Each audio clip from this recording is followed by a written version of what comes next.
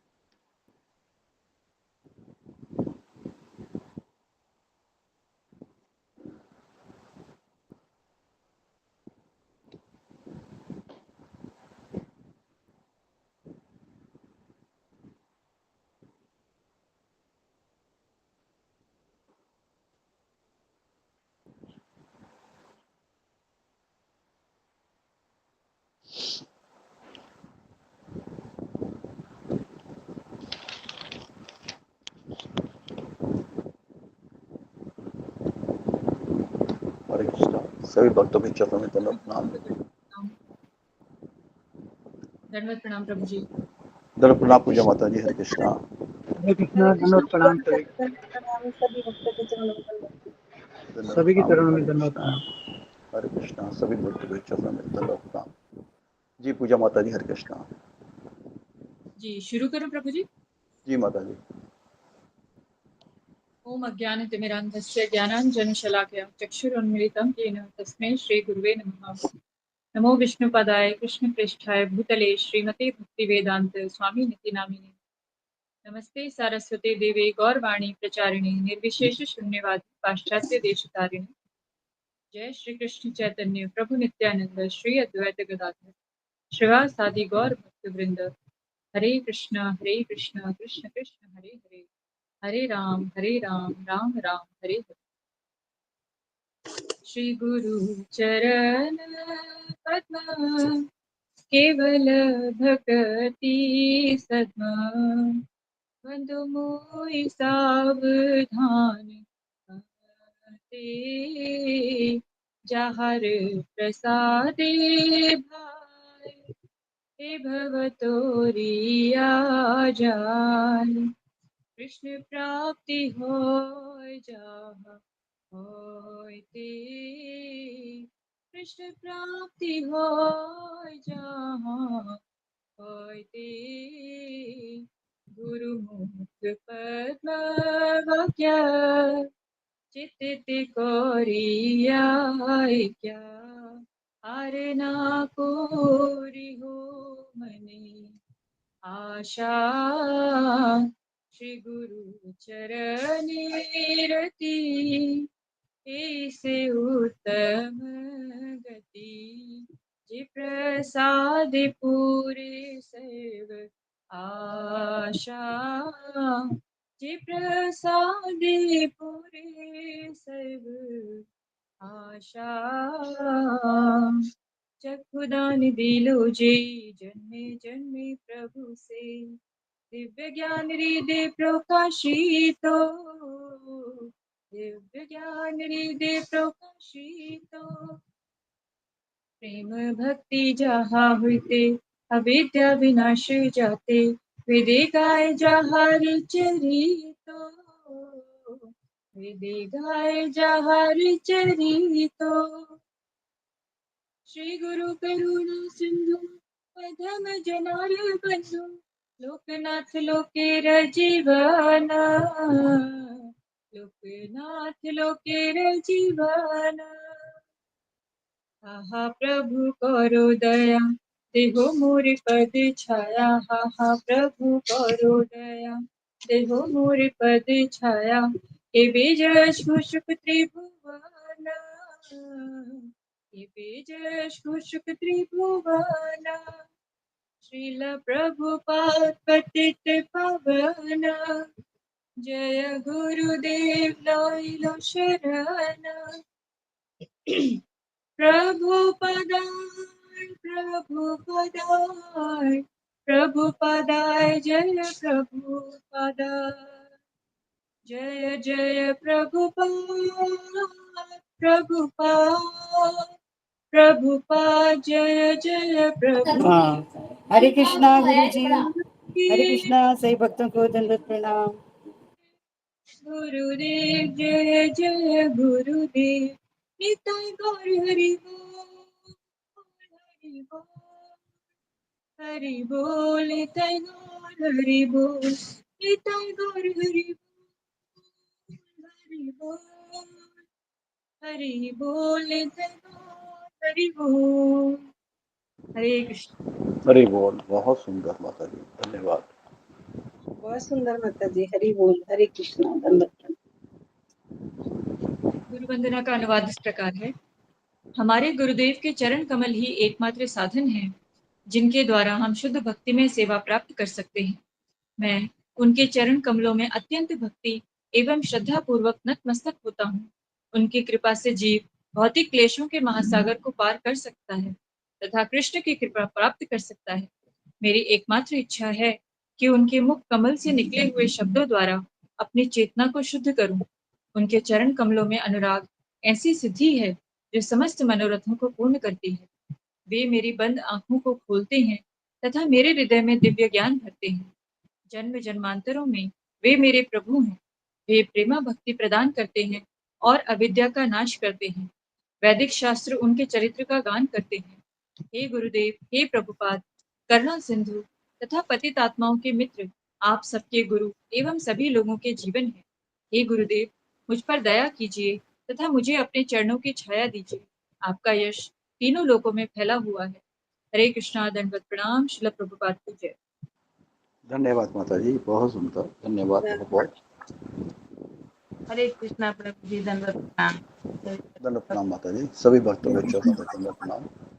हरे कृष्णा सब प्रभु दंडवत प्रणाम। अशोक प्रभु जी दंडवत प्रणाम। सरी दंडवत भक्तों प्रणाम दंडवत माता जी। प्रणाम। माता जी, आपके जन्मदिन की हम ढेर सारी श्री कृष्ण भावना भावी शुभकामनाएं और बधाई हो। धन्यवाद प्रभु जी। हरे कृष्णा दंडवत प्रणाम। बधाई हो माता जी जन्मदिन की। कृष्ण प्रभु जी दंडवत प्रणाम।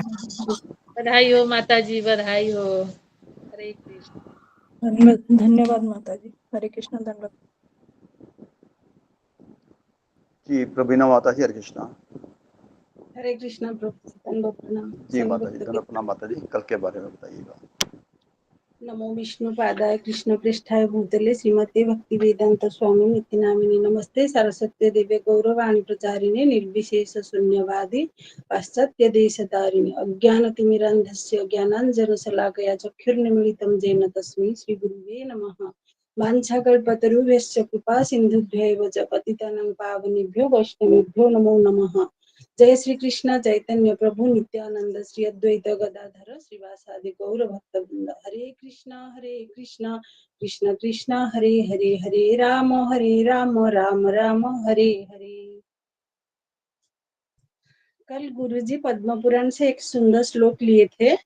वो श्लोक ये है, तीर्थानां च परम तीर्थम कृष्ण नाम महर्षयः तीर्थम कुर्वन्ति जगतिम गृहीतम कृष्ण नाम। इसका अनुवाद है, सब महान ऋषियों ने बताया है सर्व तीर्थस्थलों में से कृष्ण नाम ही सर्वश्रेष्ठ तीर्थस्थल है। जैसे ही कृष्ण नाम को किसी के द्वारा जपा जाता है, स्वयं को शुद्ध करने के साथ साथ समग्र ब्रह्मांड को भी शुद्ध कर देता है। फिर गुरुजी नाम अपराध की व्याख्या को बताते हैं। नाम अपराध भगवान के नाम का वह उच्चारण है जो मन में शत्रुता का भाव रखकर किया जाता है। यह निम्नतम कोटि का जप है। जब तक व्यक्ति नाम अपराध युक्त जप करता रहेगा, तब तक भगवान का प्रेम प्राप्त करना असंभव है। नाम अपराध सेकेंड पॉइंट में बताते हैं, नाम अपराध सभी प्रकार के पाप और सभी प्रकार के अपराधों से भी भीषण अपराध है, क्योंकि सभी प्रकार के पाप और अपराध हरिनाम लेने से चले जाते हैं, लेकिन नाम अपराध हरिनाम लेने से भी नहीं जाता है। गुरुजी बताते हैं तीसरे पॉइंट में, व्यक्ति 24 घंटा हरिनाम लेने से भी कृष्ण प्रेम प्राप्त नहीं कर सकता, क्योंकि वो नाम अपराध कर रहा है। नाम अपराध हमारी निरंतर हरिनाम को अवरोध लगाता है। फिर गुरुजी बताते हैं अपराध होने के बाद क्या करना चाहिए। नंबर 1 में बताते हैं, हरिनाम के प्रति अपराध करने वाले का एकमात्र आश्रय हरिनाम ही है, लेकिन हरि के भक्तों के प्रति अपराध करने वाले का आश्रय केवल वही भक्त है जिस भक्त का अपराध करते हैं, उसी भक्त से फिर माफी मांगना पड़ेगा। भक्त के प्रति अपराध करने से कृष्ण अप्रसन्न होते हैं। एग्जाम्पल में गुरुजी बताते हैं, दोनों सगे भाई में अगर लड़ाई होता है तो एक अच्छा भाई होता है, एक बुरा भाई होता है। अच्छा भाई को बुरा वाला भाई बहुत मारता है, और बुरा वाला भाई माँ की सेवा, यानी माँ तुम कितनी अच्छी हो, कितनी प्यारी हो, ऐसे बोलता रहता है। वो माँ उसको गले नहीं लगा पाती है, क्योंकि माँ को अच्छा नहीं लगता कि उसकी दूसरी बेटा को वो मार रहा होता है। ठीक ऐसा ही माँ की सेवा यानी हरिनाम लेना, जितना भी हरिनाम लेते रहे, अगर एक भक्त दूसरे भक्त का अपराध करता है तो कृष्ण प्रेम नहीं मिल पाता उसको। हरे तो कृष्णा प्रभु जी, धन्यवाद प्रणाम। सही भक्तों के चरणों में दंडवत प्रणाम। अपराध शब्द के 2 विभाग है, मतलब प्रतिकूल व विरुद्ध। राधम शब्द का अर्थ है सफलता या समृद्धि। नाम अपराध शब्द का अर्थ है, गुरुजी बताते हैं, भगवान के नाम को अप्रसन्न करना। कुछ आचार्य बताते हैं अपराध का मतलब श्रीमती राधा रानी के विरुद्ध कार्य करना।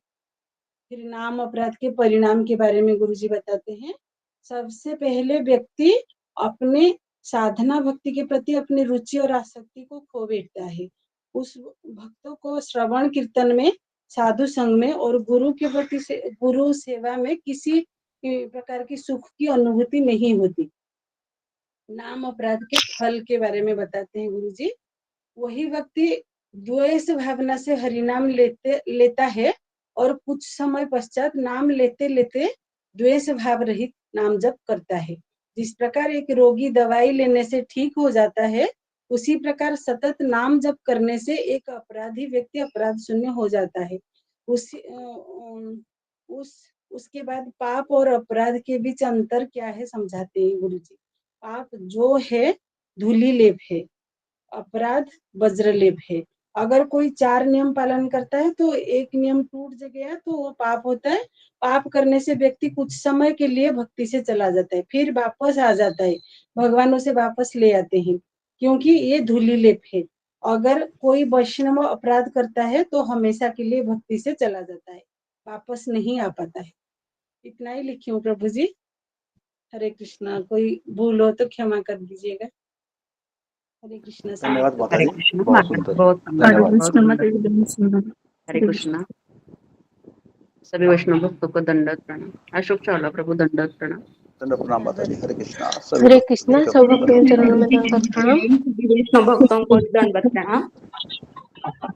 हरे कृष्णा, सही दंडवत भक्तों प्रणाम को गुरु जी। दंडवत हरे कृष्णा। प्रणाम। दंडवत प्रणाम। हरे गुरु जी कृष्णा, दंडवत सभी प्रणाम। भक्तों को हरे कृष्णा गुरु जी दंडवत चरणों में दंडवत हरे कृष्णा गुरु प्रणाम। जी, दंडवत प्रणाम। सब भक्तों के चरणों में दंडवत हरे प्रणाम। कृष्णा गुरु जी, दंडवत प्रणाम। सभी भक्तों के चरणों में दंडवत। हरे कृष्णा गुरु जी, दंडवत प्रणाम। हरे कृष्णा। हरे कृष्णा। हरे कृष्णा गुरु जी, धन्यवाद प्रणाम। सभी को धन्यवाद हरे प्रणाम। कृष्णा। हरे कृष्णा। हरे कृष्णा जी। हरे कृष्णा।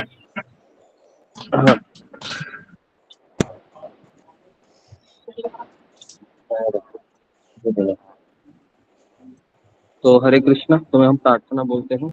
ओम अज्ञानतिमिरान्धस्य ज्ञानाञ्जनशलाकया चक्षुरुन्मीलितं येन तस्मै श्रीगुरुवे नमः।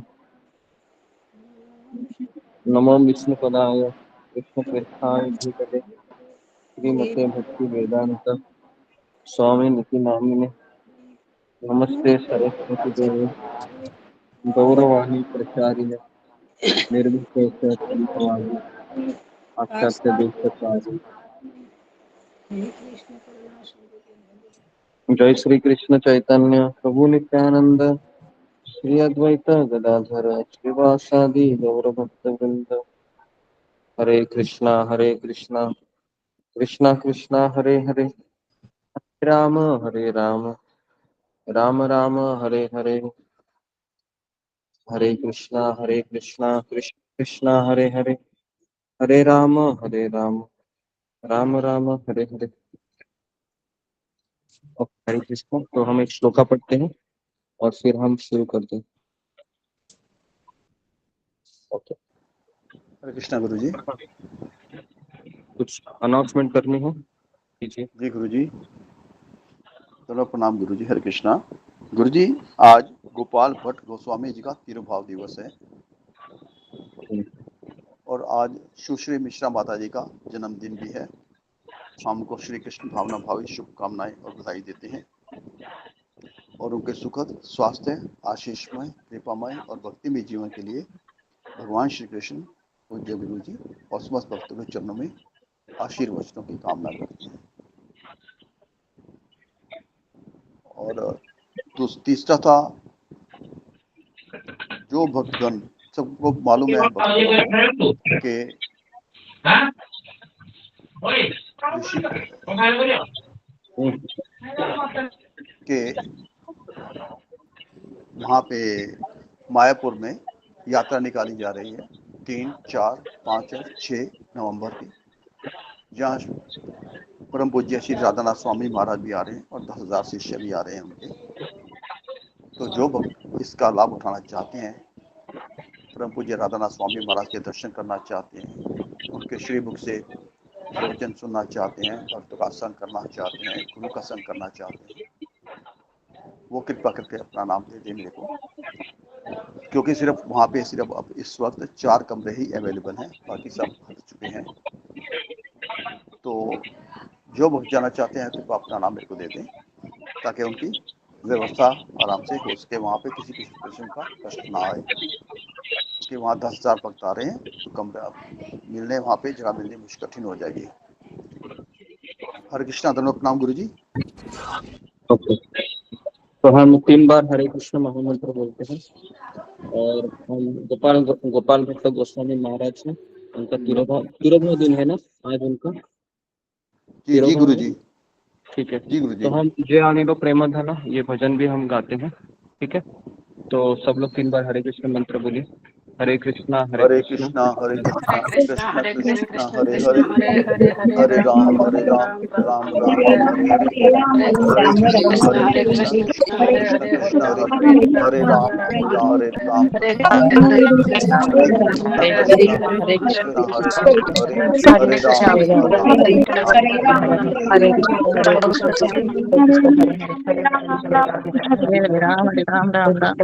कृष्ण हरे हरे, हरे राम हरे कृष्णा। सब लोग अपने कैमरा को ऑन कीजिए और माइक को बंद कीजिए, है ना। और सबके कैमरा ऑन होने चाहिए क्योंकि बहुत गड़बड़ होता है, अचानक आपके माइक खुल जाते हैं, तो इसलिए ऐसा आप बिल्कुल मत कीजिए। कैमरा ऑन करके ही आप जो भी कार्य कर रहे हैं करते रहिए, लेकिन आपको कैमरा ऑन करना कंपल्सरी है, ठीक है। और उस कैमरा में आप दिखने भी चाहिए, ये भी याद रखिए। ओके जी। तो मैंने एक श्लोका भेजा है, तो उस श्लोका को हम पढ़ते हैं पहले। तो जी सबको मिला वो श्लोका, मैंने ग्रुप में भेज दिया है। अशोक चावला प्रभु नहीं आया गुरु जी। हरे कृष्ण।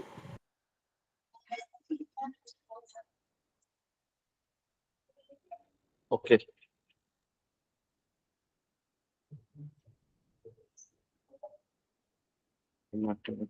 ओके आगे गुरु जी। ठीक है। तो हम आज श्रावण महीने का कौन सा दिन है, चौथा या 5वां दिन है ना, छठा दिन, चौथा दिन है 5वां दिन, अशोक चावला चौथा दिन चौथा दिन, ठीक है। तो हम पहले मैं एक भजन गाता हूँ, ज्ञानी लो प्रेम धन करुणा प्रचुर, उसके बाद हम फिर आगे बढ़ते हैं, क्योंकि आज गोपाल भट्ट गोस्वामी है, इनके बारे में। गोपाल भट्ट गोस्वामी है, ये 6 गोस्वामी में से एक है ना। तो हमारे लिए ये बहुत ही सुंदर अवसर है कि आज गोपाल भट्ट गोस्वामी का तिरुभाव दिन है, ठीक है जी। तो सब लोग अपने माइक को बंद कीजिए, कैमरा को ऑन कीजिए और वैष्णव गीत का किताब है अगर आपके पास है तो उसको खोलिए जी। जयानी लो प्रेम धन करुणा प्रचुर जयानी लो प्रेम धन करुणा प्रचुर हे न प्रभु कोथा गेला आचार्य ठाकुर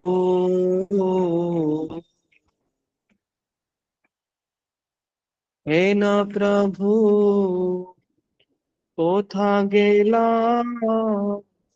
आचार्य ठाकुर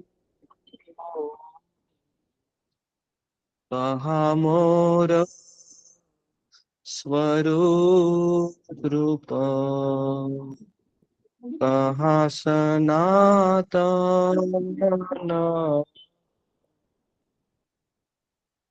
कहा दास रघुनाथ पतित पावन कहा मोर भट्ट जुग कहा कबीरा जा एक काले कोथा गेला गोरा नट राज पाषाणे कुटिबो माथा अनले शिबो गौरांग गो नेर निधि कोथा गेलो आदो ते सब संगीर संगे चे कोई लो विलास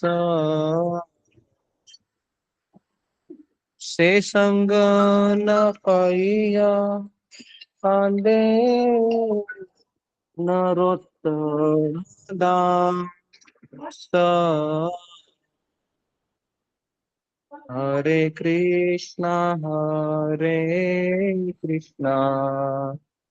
कृष्णा कृष्णा हरे हरे हरे राम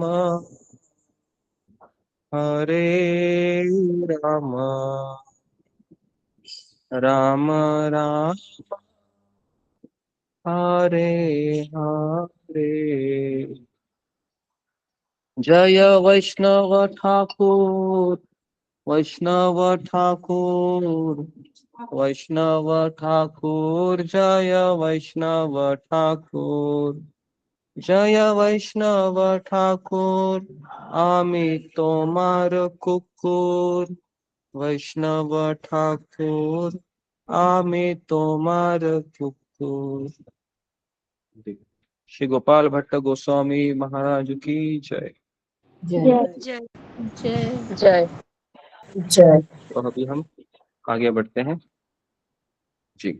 तो गोपाल भट्ट गोस्वामी हैं, आप सबको पता है 6 गोस्वामी में से एक थे और इनके पिताजी थे वो श्री संप्रदाय से बिलोंग करते थे, लेकिन इनके जो बेटे थे गोपाल भट्ट गोस्वामी वो छोटे थे उस समय जब महाप्रभु चातुर्मास के लिए आए थे श्रीरंगम में। तो उस समय ये महाप्रभु से बहुत आकर्षित हुए और फिर इन्होंने बचपन में तय किया था कि मैं महाप्रभु के पास जाकर रहूंगा। जैसे थोड़ा बड़े हो गए तुरंत वह चले गए चैतन्य महाप्रभु को मिलने के लिए। जैसे गंगा जाती है ना समुद्र की तरह। एक्चुअली देखिए भगवान के प्रति हमारा आकर्षण ऐसे होना चाहिए जैसे माता गंगा है वह समुद्र की ओर बढ़ती है। रास्ते में बहुत चट्टानें आती है, बहुत दीवारें आती है, बहुत चीजें होती है, बड़ी बड़ी खाई आती है, लेकिन गंगा हमेशा उन खाइयों को पार करके सागर की तरफ बस बढ़ती ही जाती है, बढ़ती ही जाती है, बढ़ती ही जाती है। तो ये माता गंगा है ना? तो गंगा माता है, उससे हमें एक शिक्षा मिलती है। तो हमारा ये जितने भी भगवान के शुद्ध भक्त है ना, क्षण गोस्वामी ले लो, प्रभुपाद जी ले लो, तो इनका ऐसे ही होता है। तभी जाके भगवान मिलते हैं। भगवान ऐसे थोड़ी ना मिलते हैं, है ना, कि घर में बैठे सब कुछ ये भी करे वो भी करे, मोबाइल पे देखे ये सब भी करे वैसा भी करे, और फिर थोड़ा माला भी करे, हाँ बस हो गया। ऐसे नहीं मिलते भगवान। ये तो हमारी शुरुआत है, लेकिन और आगे बढ़ना पड़ेगा हमको। ठीक है, नहीं तो जिंदगी में हमें कभी भगवान कैसे मिलेंगे? क्योंकि आप देखो, गोपियां ले लो, उन्होंने भी घर द्वार छोड़कर भगवान के पास आने के लिए लालायित हुए। ब्राह्मण पत्नियां ले लो वृंदावन में, वो भी छोड़कर आ गई।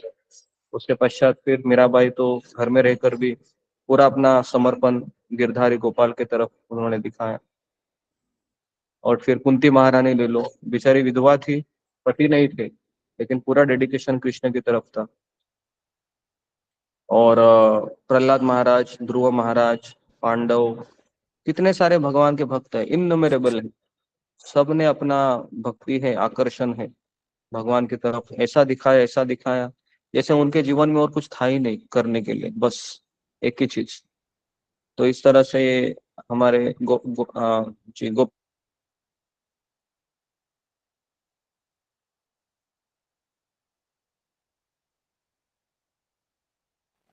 आवाज नहीं आ रही। आवाज नहीं आ रही।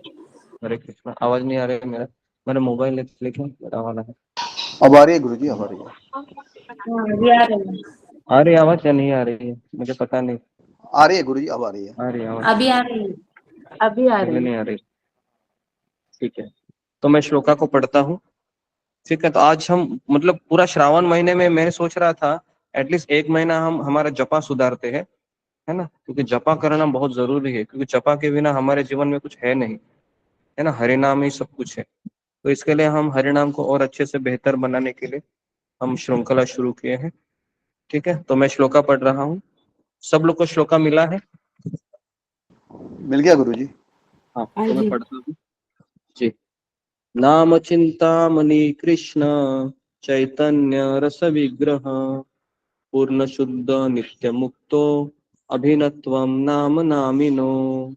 नाम चिंतामणि कृष्ण चैतन्य रस विग्रह पूर्ण शुद्ध नित्य मुक्तो अभिनत्वम नाम नामिनो। जी, कोई पढ़ना चाहेगा? सिंगर को रेज कीजिए, अशोक चावला को। जी गुरुजी।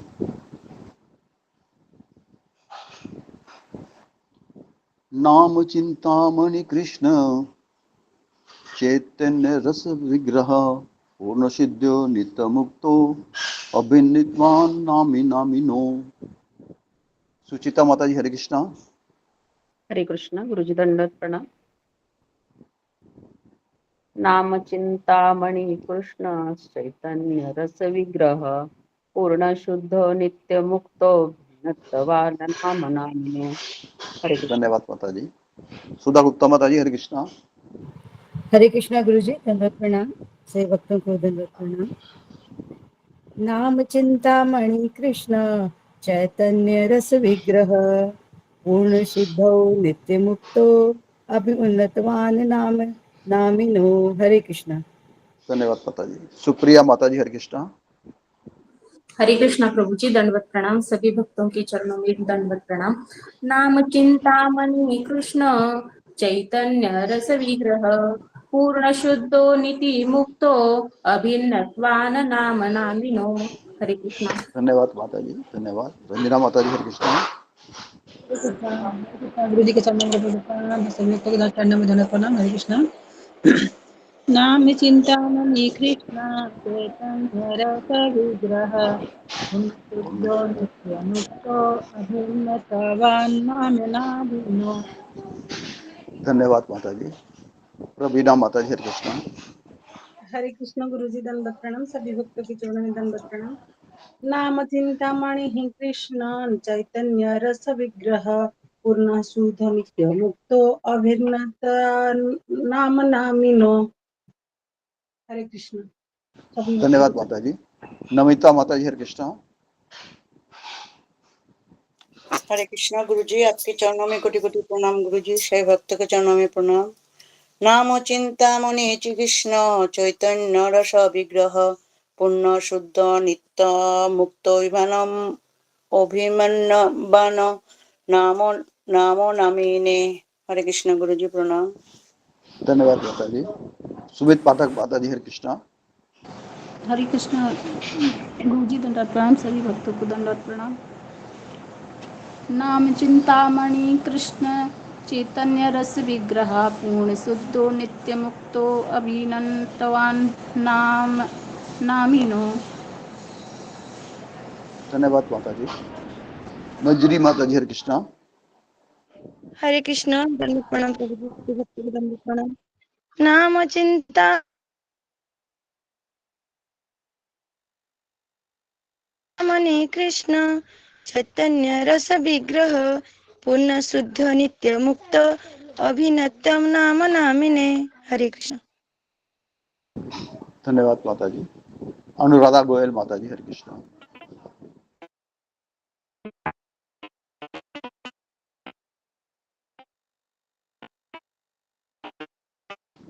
अनुराधा गोयल माता जी, हरे कृष्णा।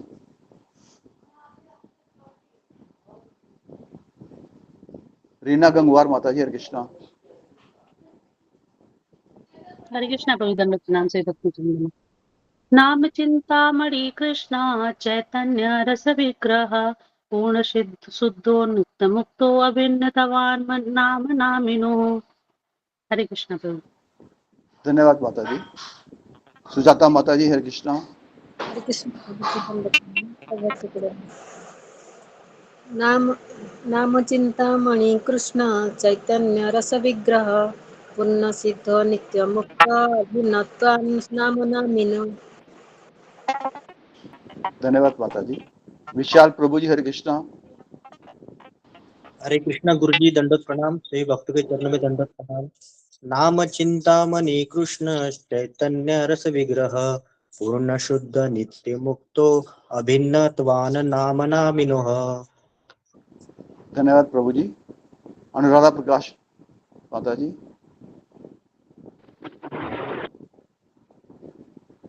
अनुराधा प्रकाश पिताजी या माता जी।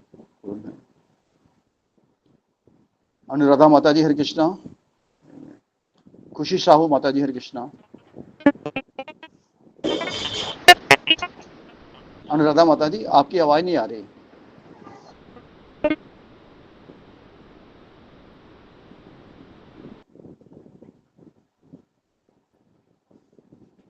अनुराधा माता जी, आपकी आवाज नहीं आ रही है।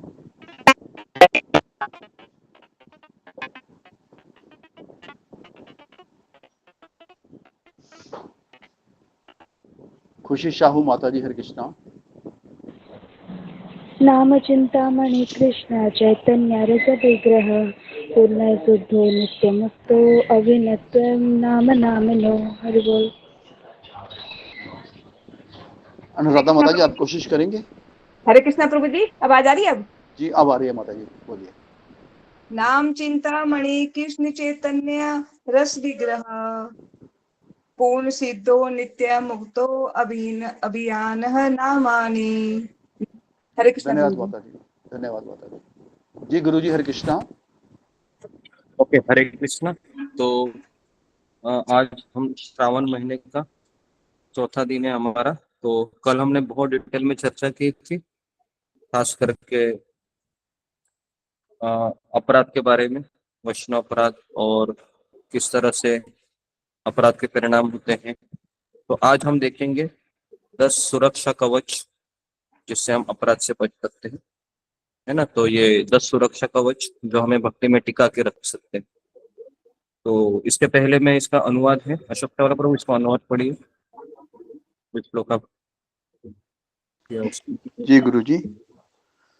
कृष्ण का नाम एक दिव्य चिंतामणि है यह निखिल चेतना एवं भावों का मूर्तिमान रूप है।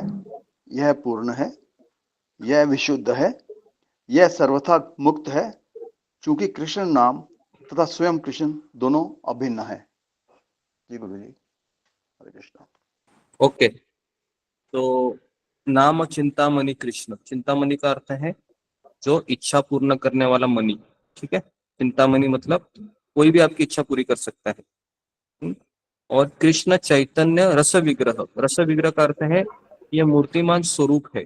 क्या? भगवान का नाम। भगवान का नाम मतलब एक 16 अक्षरी शब्द नहीं है, यह हमारा रहम है या भ्रम है। एक्चुअली हरे कृष्ण महामंत्र एक व्यक्ति है, उसको हरिनाम प्रभु कहते हैं। हरिनाम प्रभु, हरिनाम ये एक व्यक्ति है जो ध्वनि के रूप में अवतरित हुए हैं, है ना। जैसे भगवान अर्च विग्रह के रूप में अवतरित होते हैं, है ना, तो हम उनकी स्थापना करते हैं, बराबर है। फिर भगवान पत्थर के रूप में अवतरित होते हैं, तो वैसे जब भगवान ध्वनि के रूप में अवतरित होते हैं ना, तो फिर उनको हरिनाम कहते हैं, हरिनाम। ठीक है जी, तो ये सब इसको लिख सकते हैं आप कि भगवान कृष्ण ये ध्वनि के रूप में अवतरित हुए हैं। ध्वनि के रूप, ध्वनि मतलब नाम, नाम।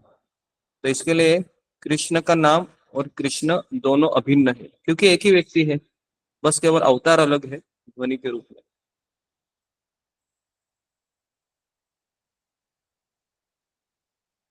ठीक है, क्लियर है सबको?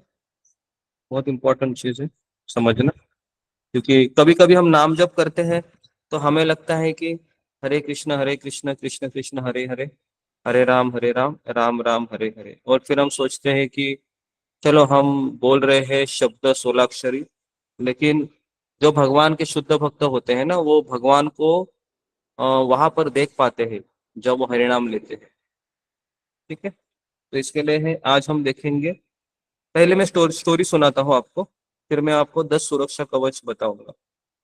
ठीक है, तो ये स्टोरी आप ध्यानपूर्वक सुनिए कि ये वैष्णव परंपरा से लिया गया ये भगवान की महिमा का ये प्रदर्शित करता है।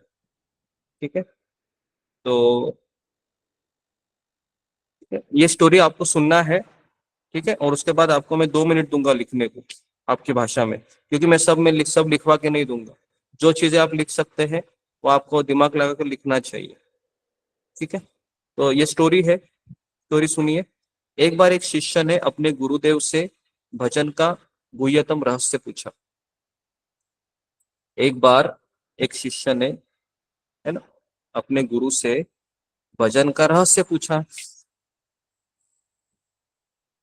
गूढ़तम, गूढ़तम मतलब अति गुह्य रहस्य पूछा। गुरुदेव ने उत्तर दिया, फिर क्या उत्तर दिया कि भजन का गोपनीय रहस्य क्या है? हरे कृष्ण महामंत्र का जप करना। लिखिए, हरे कृष्ण गुरु जी, गुरुदेव ने सभी भक्तों के चरण में दंडवत प्रणाम। गुरुदेव ने उत्तर दिया कि भजन का सर्वाधिक गोपनीय रहस्य है हरे कृष्ण महामंत्र का जाप करना। ठीक है, इतना ही कहा, और इतना ही कहने के बाद वो चले गए। हाँ, गुरुदेव चले गए और शिष्य फिर अपने घर जाने निकला। अभी गुरु के आश्रम से निकलने पर वह शिष्य कुछ दरिद्र धोबियों से मिला। गुरु से आश्रम से निकला तो वहां पर एक बावड़ी थी। बावड़ी जानते हो ना, जहाँ पर लेडीज वो पानी डालते हैं ना, निकालते हैं ऐसे, ना गांव में ऐसा होता है। आप में से कितने लोगों ने वो देखा है? बावड़ी के अंदर ऐसे पानी लेते हैं और उसको फिर ऐसे डोरी से खींचते हैं और फिर कपड़े धोए जाते हैं, है ना। गांव में ऐसे ही होता है, आपने किया भी होगा ये गांव में ऐसे ही, क्योंकि गांव में पानी वैसे ही बावड़ी से लेके फिर कपड़े धोए जाते हैं। ठीक है, तो वहां पर धोबी थे, वह कपड़े धोते हुए क्या बोल रहे थे? हरे कृष्णा कृष्ण कृष्ण हरे हरे, हरे राम राम राम हरे हरे।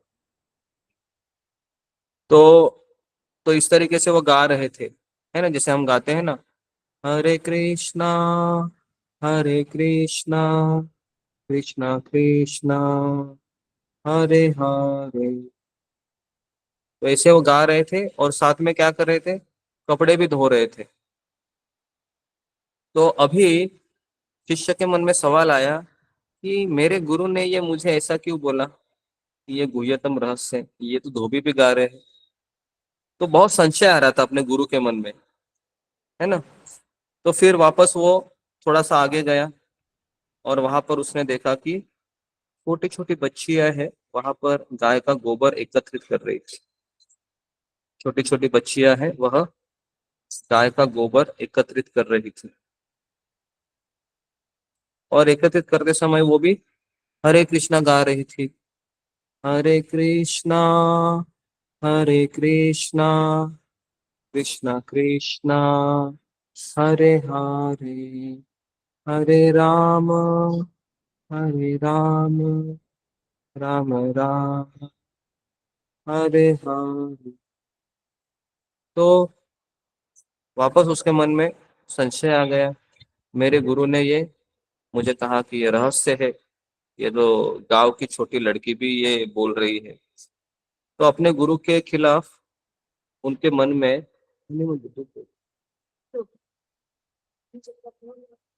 तो तो फिर तुरंत उसको अपने गुरु के बारे में दूसरी बार संशय हुआ, है ना।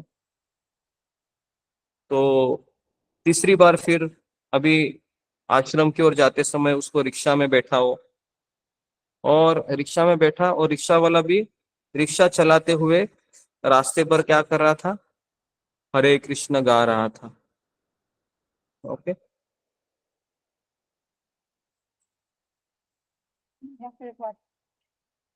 तो अपने वो गुरु से मिला अभी, है ना। तो अपने गुरु से मिला वो, और सॉरी, हाँ गुरु से मिला हो, क्योंकि 3 बार शंका आ गई ना। देखो इसमें एक शिक्षा मिलती है हमें, जब भी शंका आती है, गुरु ने कुछ कहा है ना, और आपने सुना है और आपको शंका आ रही है, तो फिर गुरु से पूछने में भलाई होती है, अपना दिमाग नहीं लगाने का। जो लोग अपना दिमाग लगाते वो चले जाते, आई बात समझ में। जो अपना दिमाग लगाते वो चले जाते, क्योंकि हमारा दिमाग शैतान का घर होता है, शैतान हमेशा निगेटिव ही बोलेगा। तो यहाँ पर उस शिष्य ने अपने गुरु से पूछा, क्या पूछा कि हे गुरुदेव, आपने मुझे ये कैसा रहस्य बताया। हाँ? मैं तो आपके पास रहस्य जानने के लिए आया। यहाँ पर तो भारत का धोबी, रिक्शा वाला, नन्ही नन्ही बच्ची को भी हरे कृष्ण मंत्र ज्ञात है। तो मुझे समझ में नहीं आ रहा है गुरुदेव कि ये भजन का गोपनीय रहस्य कैसे हुआ। अभी देखो गुरु को पता चलता है शिष्य के मन में क्या चलता है। तो गुरु ने ज्यादा कुछ कहा नहीं। गुरु ने शिष्य को कहा कि मैं तुमको एक बहुमूल्य मणि दे रहा हूँ। क्या दे रहा हूँ? एक बहुमूल्य मणि। मान लो डायमंड हो सकता है वो, या फिर सोने का पत्थर हो सकता है, ठीक है। और कहो, जाओ उस धोबी के पास जाओ अभी, उस रिक्शा वाले के पास जाओ और नन्ही कन्याओं के पास जाओ और कहो कि इसका मूल्य क्या है। अभी अभी भी वो जो शिष्य था ना, उसका दिमाग खुल नहीं रहा था, है ना। कभी कभी क्या होता है ना, शिष्य बुद्धिमान नहीं होता है ना, तो गुरु को अलग अलग तरीके से उनको समझाना पड़ता है। आई बात समझ में। ये दूसरी शिक्षा हमको यहाँ पर मिलती है कि शिष्य अगर बुद्धिमान नहीं है तो उसको गुरु को अलग अलग तरीके से समझाना पड़ता है। ओके जी। तो ये बहुत इंपॉर्टेंट शिक्षा है, दूसरी शिक्षा हमें मिल रही है। तो अभी शिष्य है उस अनपढ़ धोबियों के पास जाता है, ठीक है। तो वहां पर कपड़े धो रहे थे और हरे कृष्ण गा रहे थे, और कहा कि ये मणि है, इस मणि को आप स्वीकार कीजिए। तो बहुत चमकीला मणि था वो। धोबियों ने कहा, हाँ बहुत अच्छा मणि है, दे दो मुझे दे दो। तो तुरंत उसको दे दिया धोबियों को, एक धोबी को। और पूछा कि आप इसका क्या करेंगे धोबी जी। तो कहा कि ये हम कपड़े धोते हैं ना, तो कभी कभी कपड़ों में मैल है वो आसानी से जाता नहीं है, तो इस पत्थर से हम क्या करेंगे, उस कपड़े को घिसेंगे। शिष्य ने तुरंत उसके हाथ से वो पत्थर ले लिया। समझ गया वो कि ये उचित दाम नहीं दे रहा है उसका, है ना। उसको लगता है कि ये पत्थर है।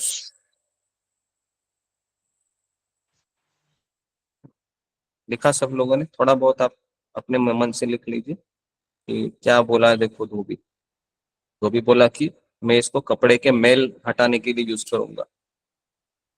फिर वह उसी रिक्शा वाले के पास गया और रिक्शा वाले को कहा, ओ रिक्शा जी, रिक्शा वाले, ये आप देखिए मनी मेरे पास चमकीला मनी है ना, मैं आपसे इसको बेचना चाहता हूँ या आपको देना चाहता हूँ।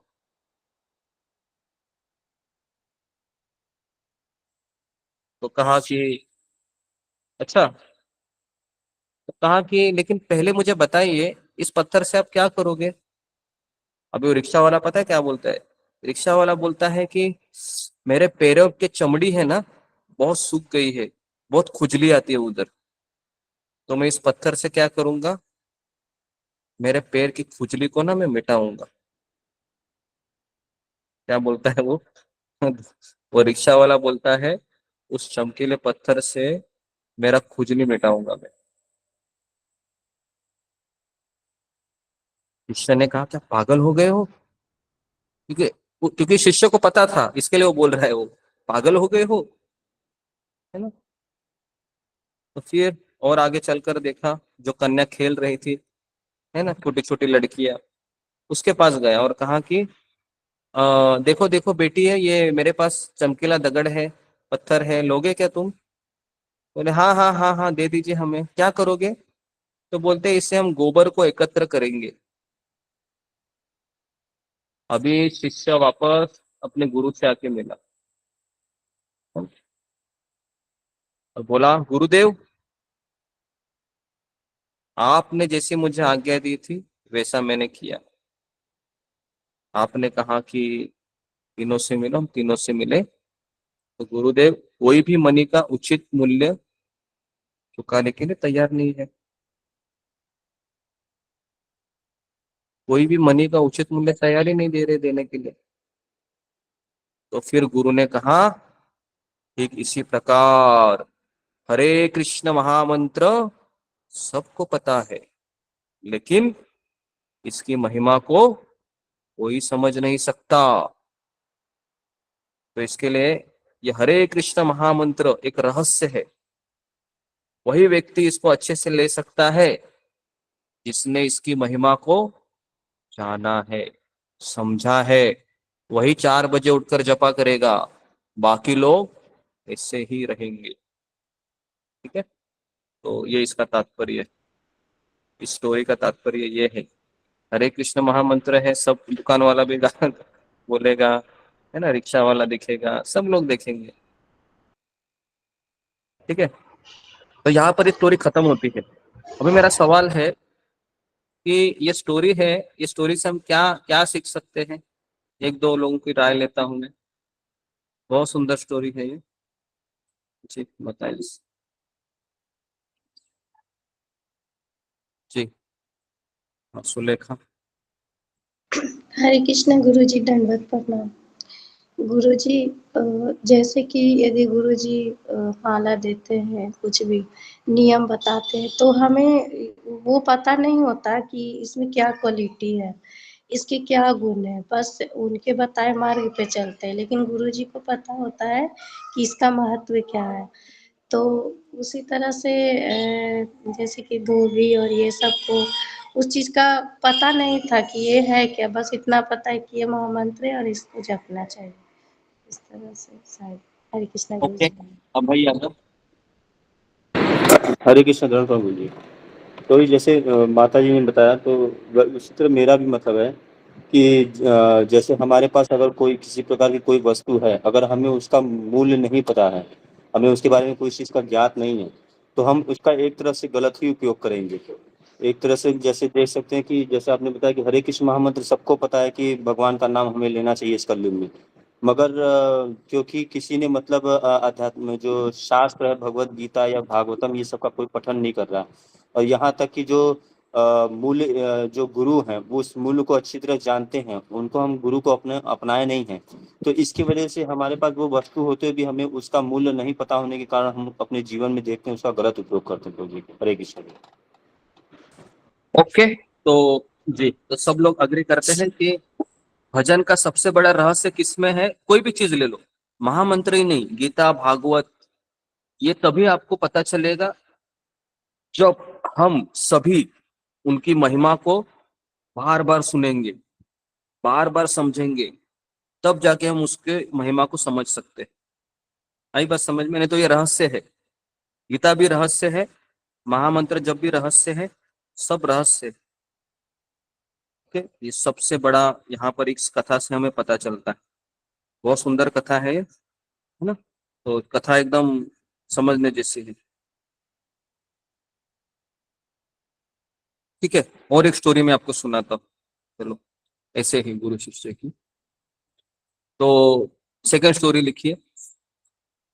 एक बार शिष्य अपने गुरु के पास आकर कहता है कि गुरुदेव, मुझे 15 साल हो गए आपके शिष्य बनकर।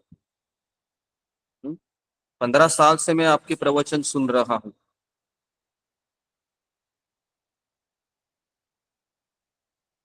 लेकिन आज तक मुझे कुछ समझ में नहीं आया। तो मुझे लगता है कि ये जो स्टोरी है ना, ये हम में से बहुत लोगों की स्टोरी हो सकती है, तो इसलिए ध्यानपूर्वक सुनिए। 15 साल हो गए, मैं रोज सत्संग में आती हूँ, रोज सत्संग में आता हूँ गुरुदेव, लेकिन मुझे ये कुछ समझ में ही नहीं आ रहा है क्या चल रहा है, मेरा परिवर्तन ही नहीं हो रहा है।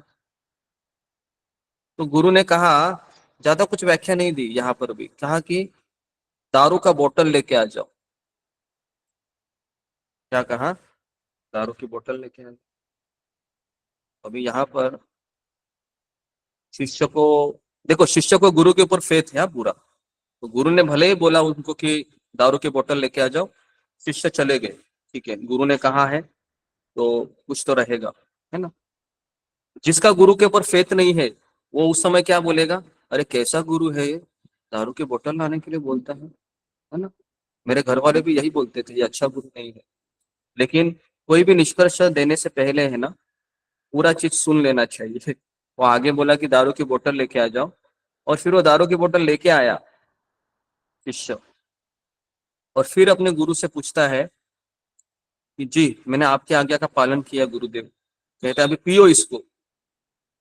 तो और भी उसको आश्चर्य हुआ, पीने के लिए बोल रहे हैं, बाप रे बाप, ये क्या है?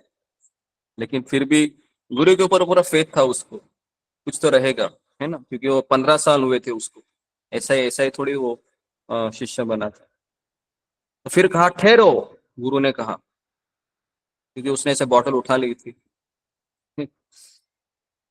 कहा कि सुनो अभी अच्छे से, दारू तुमको ऐसी पीनी है, ऐसी पीनी है, ऐसी पीनी है कि दारू का एक बूंद भी गले के नीचे नहीं उतरना चाहिए। क्या कहा गुरु ने? तुमको दारू ऐसी पीनी है कि दारू की एक बूंद भी गले के नीचे नहीं उतरनी चाहिए। क्लियर है? यहाँ तक सबको समझ में आया? क्योंकि नहीं तो आप रास्ता भटक जाएंगे, स्टोरी में बहुत ट्विस्ट होते हैं। ठीक है जी। तो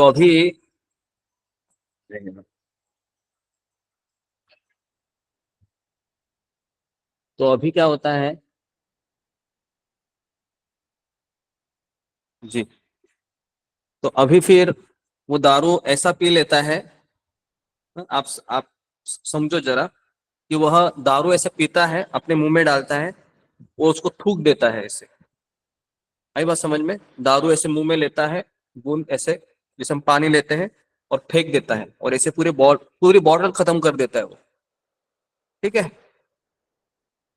अभी गुरु क्या उनको सवाल पूछते हैं, तुमको दारू चढ़ी क्या? तो शिष्य भी हंसने लगा, क्या गुरुदेव आप बोलते हैं, एक बूंद भी गले के नीचे नहीं उतरा, मेरे को दारू कैसी चढ़ेगी? अभी गुरु कहते हैं देखो भाई, तुम 15 दिन सत्संग में तो आ रहा है, लेकिन जिस तरह से दारू गले के नीचे नहीं उतरी है इसलिए नशा नहीं चढ़ा है, उसी तरीके से तुम आता है, एक कान से सुनता है और दूसरे कान से निकाल देता है, तो तुमको यह भक्ति का नशा कैसे चढ़ेगा? तुमको भक्ति का नशा कैसे चढ़ेगा? तुमको 10 साल, 15 साल, क्या 50 साल होने दो। तो ये बहुत इंपॉर्टेंट स्टोरी है जो हम सबके लिए, है ना, समझने जैसे। हम तो सुन तो रहे हैं, सब लोग सत्संग में सब लोग आते हैं, ऐसा नहीं है। तो यहाँ पर 80 लोग हैं, सब लोग आते हैं, सब लोग सुनते हैं, लेकिन 10:30 बजने के बाद कितने लोग उसके ऊपर चिंतन करते हैं, कितने लोग लिखते हैं, कितने लोग लिखने के बाद रात को पढ़ते भी है, या कितने लोग अपने ध्येय को बनाए हैं कि गुरु और कृष्ण की आज्ञा को पालन ही करना है किसी भी हालत में, कितने लोगों ने बनाया। तो फिर परिवर्तन कैसे होगा? परिवर्तन थोड़ी ना होगा, फिर हम ऐसे ही आएंगे जाएंगे, आएंगे जाएंगे।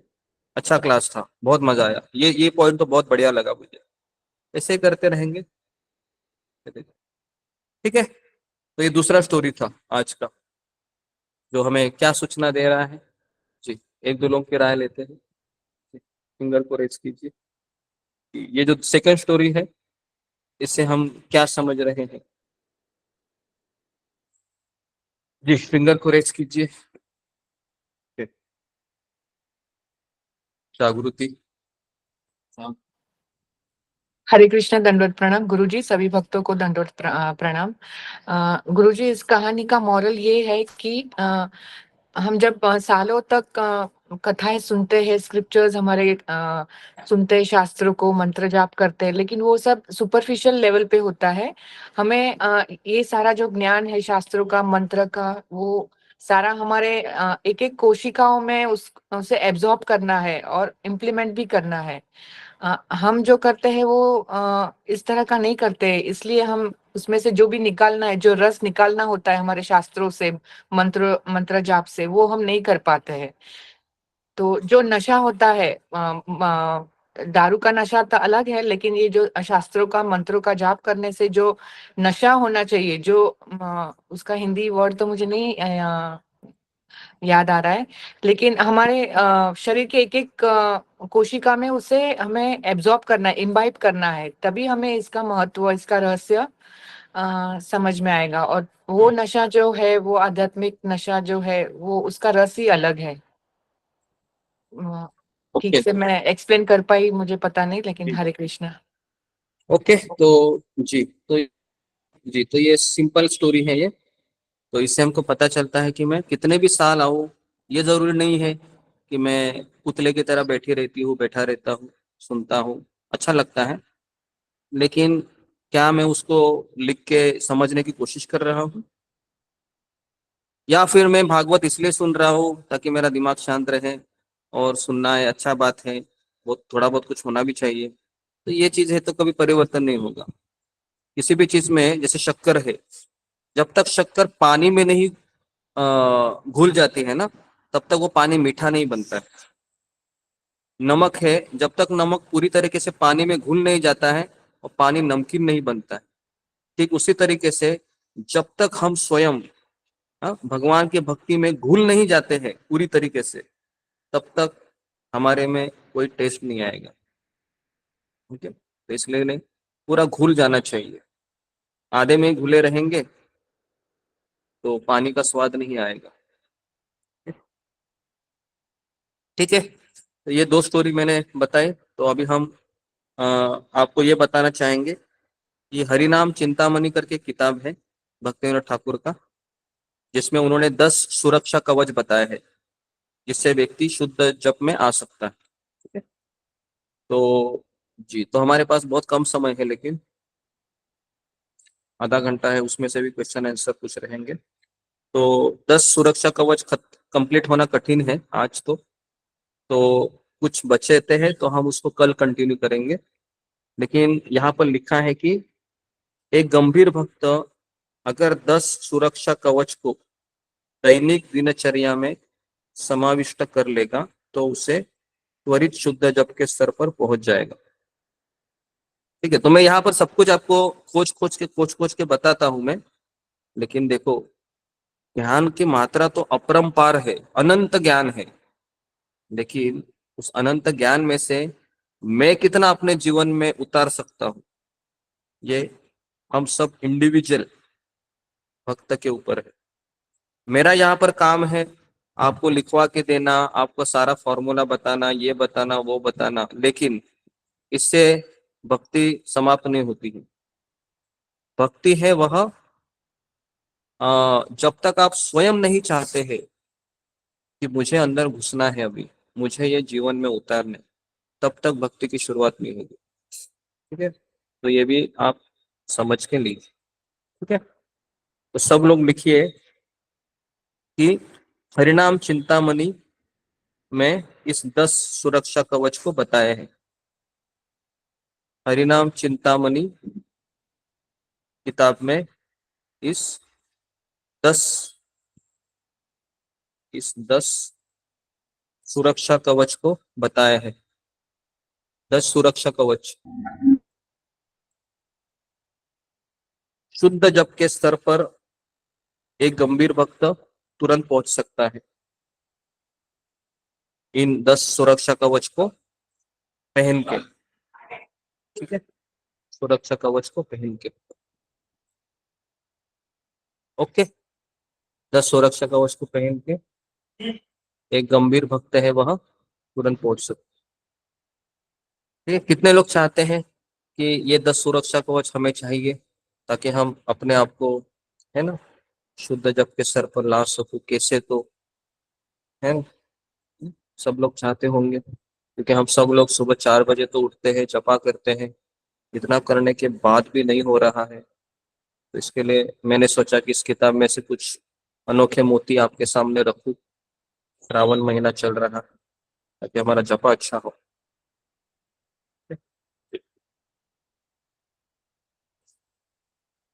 ओके, तो लिखिए पहला सुरक्षा कवच, सुरक्षा कवच नंबर 1, सुरक्षा कवच नंबर 1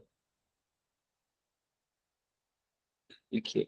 ये 10 पॉइंट आपको लिखना है, और मैं कहता हूं कि अंतिम सांस तक आप यही भी पढ़ते रहोगे ना 10 पॉइंट, तो भी हम शुद्ध जप के स्तर पर आ जाएंगे। ये पूरा हमारे लिए एक लाइफ टाइम स्टडी है, एक अभ्यास है। ठीक है, सबसे पहला लिखिए सुरक्षा कवच 1 में वैष्णव की सेवा करे, यहां से शुरू होता है कवच। वैष्णव की सेवा करे, उनकी निंदा न करे, ये सबसे पहला फॉर्मूला है। वैष्णव की सेवा करे, वैष्णव की निंदा न करे, चाहे वो वैष्णव 1 माला करता हो, 10 माला करता हो, या सत्संग में आता हो, आपके लिए उसको क्या करना चाहिए? दंडवत प्रणाम करना चाहिए। कैसा भी हो, आपको अच्छा लगे, बुरा लगे, ये लगे, वो लगे, आपकी इच्छा हो ना इच्छा हो, आपका उसका चेहरा पसंद नहीं है, वो काली है, गोरी है, काला है, गोरा है, कैसा भी है ना, निंदा मत करे, निंदा बिल्कुल मत करे, बिल्कुल नहीं, किसी भी हाल में नहीं। ठीक है, ये सबसे पहला कवच है और उनकी सेवा करे, वैष्णव की सेवा करे, उनकी निंदा न करे। ठीक है, नहीं तो फिर अपराध लगेगा, और फिर पहला इफेक्ट यही होगा, आपकी 16 माला कम हो जाएगी, आपको सुबह उठने में तकलीफ होगी, समझ जाने का अपराध हो गया मेरा, 16 माला मेरा कम हो गया, समझने का अपराध हो गया, सुबह उठने में तकलीफ हो रही, इच्छा नहीं हो रही है, अपराध हो गया। ठीक है, तो ये सबसे पहला सुरक्षा कवच, वैष्णव की सेवा करे, उनकी निंदा न करे। उसी में लिखिए, क्योंकि एक भक्त स्वयं को सदा पतित अधम समझता है, एक भक्त स्वयं को सदा पतित अधम व्यक्ति समझता है, पतित अधम, है ना जी। तो अगर मैं पतित हूं, मैं अधम हूं, तो क्या मैं किसी की निंदा कर सकता हूं?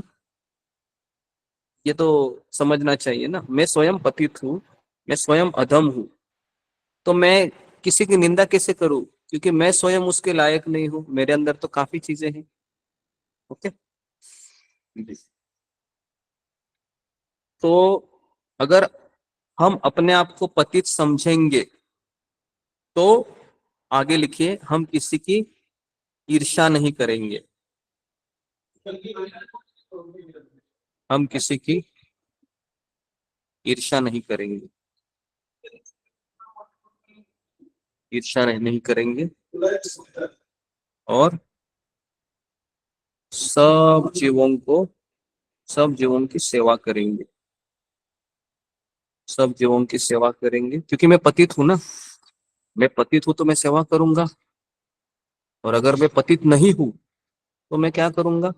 निंदा करूंगा। क्योंकि मैं तो बहुत अच्छा हूँ, क्वालिफाइड हूँ, है ना। तो फिर मैं निंदा करूंगा, अरे इसने ये किया, उसने वो किया, है ना। हम तो रोज सुबह उठते, सोलह माला करते, ये भक्त क्या है, छिट छिट छिट, ये अच्छा नहीं है। मैं देखो कितना अच्छा हूँ, मेरे तो आंसू आते हैं भगवान को देखने से, ये क्या है, प्रसाद खाता रहता है बस। ये हो गई निंदा। ओके। निंदा बिल्कुल मत कीजिए, खतरनाक है, फिर चले जाएंगे, है ना। ये मैंने स्वयं अनुभव किया है अपनी जिंदगी में पिछले 20 साल में। ऐसा नहीं कि डायरेक्ट हम, पिछले कुछ पता नहीं था, कोई भक्त अच्छा नहीं लगा, कुछ थोड़ा बहुत किसी से सुन लिया, किसी कुछ कह दिया, तुरंत मेरे ऊपर इफेक्ट होता था। मेरी माला करने में मुझे रुचि चली जाती है, फिर मुझे पता चलता है कि मैंने निंदा किया किसी का, और फिर माफी मांग लेता हूँ उनसे कि प्रभु जी, मैंने आपके खिलाफ किसी भक्तों को ना ऐसा ऐसा बोला, मुझे क्षमा करे। तो जैसे ही मैंने कह दिया, अगले दिन जपा ठीक हो गया। तो ऐसे ही चलता है काम। आप बोलोगे कौन सुन रहा है? कृष्ण सुन रहे हैं, कृष्ण सुन रहे हैं भाई। अब ये मत समझिए कृष्ण को पता नहीं है, कृष्ण तो अंदर ही बैठे हैं, सारी फिल्म पता है उनको, क्या क्या बोल रहा है, क्या क्या कर रहा है, क्या क्या कर रहा है, क्या क्या सोच रहा है ना। पूरी फिल्म उनको पता है। ठीक है? तो इसके लिए हमको किसी की निंदा मत कीजिए, है ना। सेवा कीजिए, सबकी सेवा करते रहिए, सबसे आपका भी, आप भी प्रसन्न रहोगे, सामने वाला भी प्रसन्न रहेगा। ठीक है। तो ये हो गया सुरक्षा कवच पहला। जी, क्या लिखा है, कितने लोगों ने लिखा है, फिंगर को रेज कीजिए। सुरक्षा कवच नंबर 1, कितने लोगों ने लिखा है? जी, पढ़िए शीला बैरागी। हरे कृष्णा गुरु जी। सुरक्षा कवच नंबर 1, वैष्णव की सेवा करे, उनकी निंदा न करे। चाहे वो वैष्णव 1 माला करता हो या 10 माला करता हो, आपको उसको दंडवत प्रणाम करना चाहिए। निंदा किसी भी हाल में नहीं करनी चाहिए, नहीं तो अपराध होगा। क्योंकि एक भक्त स्वयं को सदा पतित अधम व्यक्ति समझता है।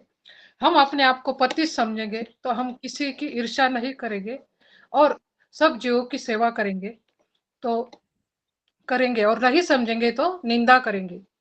और इसका परिणाम जप पे होता है, अपना जप ठीक से नहीं होता है, इसलिए सबकी सेवा करनी चाहिए। हरे कृष्ण। जी जी, तो इसमें आप लोग मेरा उदाहरण भी ऐड कर सकते हैं कि मैंने एक बार निंदा की किसी की और मेरा जपा तुरंत अफेक्ट हो गया, और फिर अगले दिन मैंने उसी माफी मांगी, मेरा जपा अच्छा होने लगा, है ना, उदाहरण के स्वरूप। ठीक है। क्योंकि आप लोगों ने तो नहीं किया होगा, मैंने किया है, इसके लिए मैं कह रहा हूँ।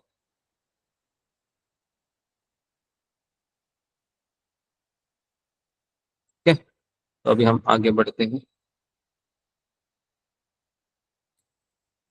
ठीक है, ये हो गया सुरक्षा नंबर 1। इसमें किसी को प्रश्न है, कुछ पूछना है, फिर मैं आगे बढ़ता हूँ। किसी कुछ प्रश्न है सुरक्षा कवच नंबर 1 में, या फिर क्लियर है आपको? तो अभी हम जाते हैं सुरक्षा कवच नंबर 2। आगे बढ़ने से पहले मैं आप लोगों को एक सवाल पूछता हूँ यहाँ पर, कि अगर कोई भक्त आपको दिखाई दिया जो मंदिर में आता है, सेवा करता है, और फिर होटल में जाके मिठाई खाता है, या प्याज लहसुन का खाना खाता है और फिर शाम को देखेंगे वापस मंदिर में आके कीर्तन करता है, माला करता है, तो और ये भक्त आपके चित परिचित में ही है, तो अभी मुझे क्या करना चाहिए? जी, फिंगर को रेज कीजिए, क्योंकि थोड़ा सा केस स्टडी भी होना चाहिए, नहीं तो फिर समझेंगे कैसे इस पॉइंट को। जी, ओके जी, ऋतु जटवानी।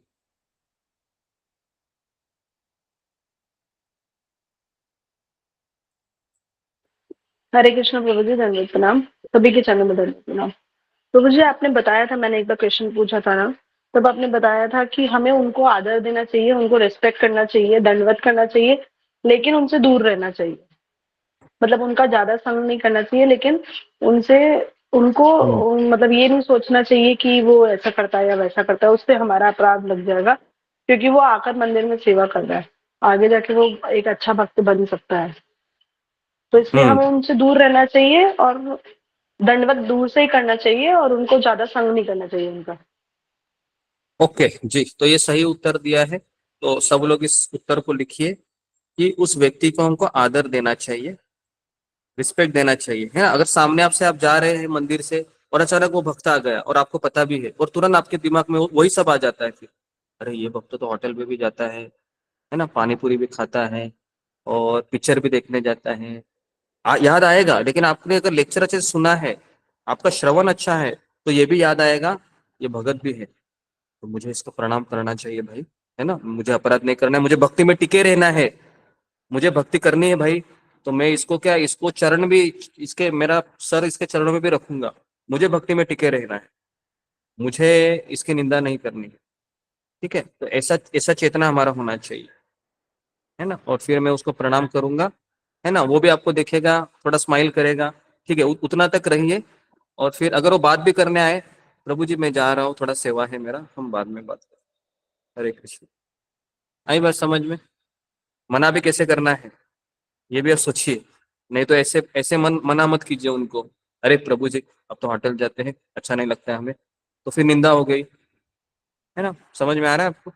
तो आप उनको कोई सेवा का बहाना करके या दर्शन का बहाना करके निकल जाइए, ओके। और रिस्पेक्ट दीजिए, वो भी खुश, आप भी खुश, भगवान भी खुश, तीनों खुश, ठीक है जी। क्लियर है सबको? कितने लोगों को ये पॉइंट क्लियर है? क्योंकि ये अपराध के सिलसिले में इसके लिए पूछ रहा हूँ, कितने लोगों को ये पॉइंट क्लियर हो गया? क्योंकि हमारे ग्रुप में तो आप मिलते जुलते तो है नहीं, है ना, सब लोग है दुनिया के दुनिया के नहीं, भारत के एक एक कोने में रहते हैं, तो इसके लिए कभी मिलते नहीं है। लेकिन यात्रा में जब आते हैं ना, हमारी यात्रा होती है, तो उस समय भक्त लोग आते हैं एक साथ, है ना, उस समय हमें देखना चाहिए। लेकिन मेरा ऐसा अनुभव है, जब जब हमने 3 4 5 यात्रा की है, किसी का किसके साथ कुछ कलह नहीं हुआ है, कभी ऐसा हुआ नहीं, किसी ने मुझे कुछ कहा भी नहीं। हाँ जी। एक बार एक मायापुर यात्रा में, हमारी पिछली मायापुर में यात्रा में एक कंप्लेंट रेज हुई थी केवल। वो कंप्लेंट रेज पता है क्यों हुई थी?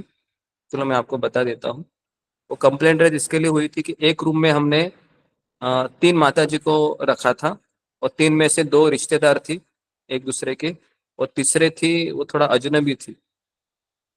तो अभी इन दोनों को, उस तीसरे को एडजस्ट करने के लिए बहुत तकलीफ हो रही थी, क्योंकि ये माता जी कभी भी बाथरूम में जाती थी, कपड़े ऐसे ही डालती थी, और ये बहुत साफ सुथरे वाले लोग थे। तो ये मुझे आकर कंप्लेंट करते थे 3 से 4 दिन कि प्रभु जी इनका रूम चेंज कीजिए ना, गुरु जी इनका रूम चेंज कीजिए ना, ऐसा। आई बात समझ में? तो ये एक ही कंप्लेंट आई थी, बाद में ऐसा कभी हुआ नहीं। जी, तो उस समय में क्या करना चाहिए, क्या उत्तर रहेगा आपका? जी, फिंगर को रेस कीजिए। ये भी एक केस स्टडी है, यात्रा में हम एक साथ आते हैं, क्या उत्तर होना चाहिए उस समय? अगर परेशानी हो रही है भाई, वो पार्टनर है मेरा, है ना, 4 दिन के लिए हम उसको झेलना है अभी मुझे, है ना, लेकिन वैष्णव है वो, है ना, यात्रा में आए, माला कर रहे हैं, क्या करना चाहिए? जी, अभय यादव। हरे कृष्ण गुरु। तो जी उस समय हमें या तो जैसे आपने बताया रेस्पेक्ट करना चाहिए, तो हमें उस हाँ समय मतलब उनकी एक तरह से हमको एडजस्ट करना चाहिए उनके साथ, ना कि हमको उनकी हाँ जाके निंदा करनी चाहिए। और या तो हाँ। मतलब हम जैसे आपसे उन्होंने कहा तो हम अपने सीनियर वैष्णव को बता सकते थे प्रभु जी। हरे कृष्ण। ओके, और धन्यवाद आपका मीना कुमारी। हरे कृष्णा को जरूरत हरे कृष्णा से की जरूरत मुझे तो लगता है मेरा जो मैं जो करती मैं यही करती कि उनके साथ एडजस्ट तो करती वो जो चीजें जो है वो अलग तरीके से कर रही हैं या वो गांव की हैं तो उसको मैं सही करती, उनके साथ मुस्कुराते हुए रहती, कोई दिक्कत नहीं होता है। ऐसे घर में भी हमारे रहते हैं बूढ़े लोग, वो लोग अलग तरीके से ही रहते हैं। घर में भी सब लोग एक जैसे नहीं रहते, एकदम कंप्यूटर नहीं है, ये कोई कंप्यूटर नहीं है कि सारी चीजें बराबर रहे। ऐसे बच्चे हमारे कितना सामान फैलाते हैं, तो क्या है, कुछ नहीं है इसमें। सेवा करनी चाहिए, साथ में रहना चाहिए मुस्कुराते हुए, उनको जरा भी नहीं ये फील होना चाहिए कि अलग अलग है हम लोग। ओके जी। तो घर वालों का तो एडजस्ट करना बहुत आसान है क्योंकि वो अपने होते हैं। खास करके पराये लोग जब हमारे अंदर घुसते हैं और उसको 4 दिन झेलना है तो उस समय हमको ये समझना चाहिए नंबर 1 कि भगवान मुझे 4 दिन ये शिक्षा देना चाह रहे हैं कि सहनशील बनो। ठीक है, तो अगर ये होता है हमारे साथ तो नंबर 1 क्या सोचना चाहिए कि भगवान मुझे चाहते हैं कि तुम सहनशील बनो, एडजस्ट करो, क्योंकि तुम घर में बिल्कुल एडजस्ट नहीं करता है। इसके लिए भगवान ने तुम्हें धाम में एक शिक्षा देने के प्रयोग से इनके साथ रहने के लिए लाया।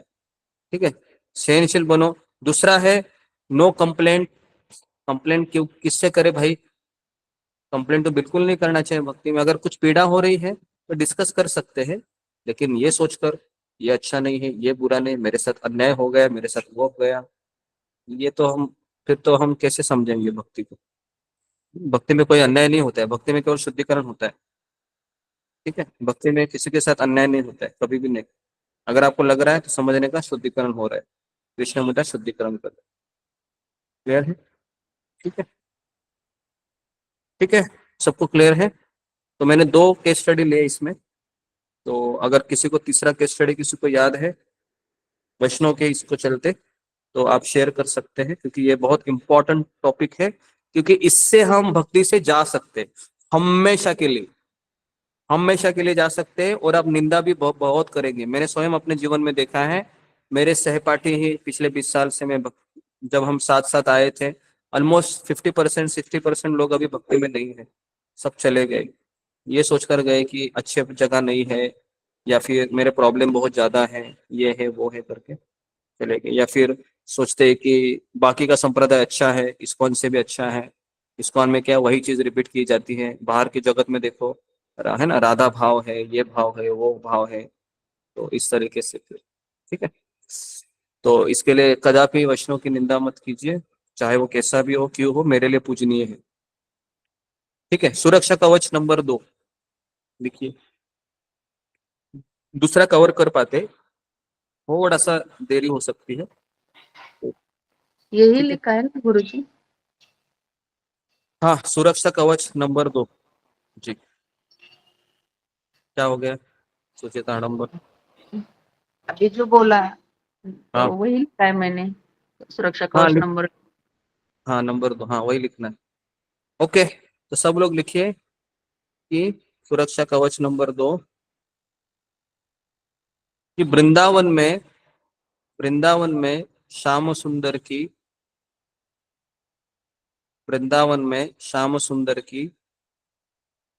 ब्रज बिहारी के रूप में पूजा की जाती है। ब्रज बिहारी के रूप में पूजा की जाती है। वृंदावन में श्याम सुंदर की ब्रज बिहारी के रूप में पूजा की जाती है। एक भक्त कभी भी एक भक्त कभी भी अलग से देवताओं की पूजा नहीं करता। एक भक्त कभी भी अलग से देवताओं की पूजा नहीं करता। अलग से देवताओं की पूजा नहीं करता। ब्रैकेट में लिखिए नवरात्रि, महाशिवरात्रि, छठ पूजा, गणेशोत्सव। लिखिए ब्रैकेट में महाशिवरात्रि, फिर नवरात्रि, फिर छठ पूजा, फिर गणेशोत्सव, फिर और लक्ष्मी की पूजा है, लक्ष्मी पूजन। अभी आप बोलोगे लक्ष्मी तो देवी है, हाँ बराबर है भाई, देवी है, लेकिन लक्ष्मी की अलग से पूजा करना ये देवी देवताओं की पूजा में ही आता है। लक्ष्मी के नारायण के साथ पूजा करना ऑथेंटिक है। लक्ष्मी पूजा करें, ये सब पूजा भक्त नहीं करता। क्यों नहीं करता है, आगे लिखिए, क्योंकि वह पूर्णतया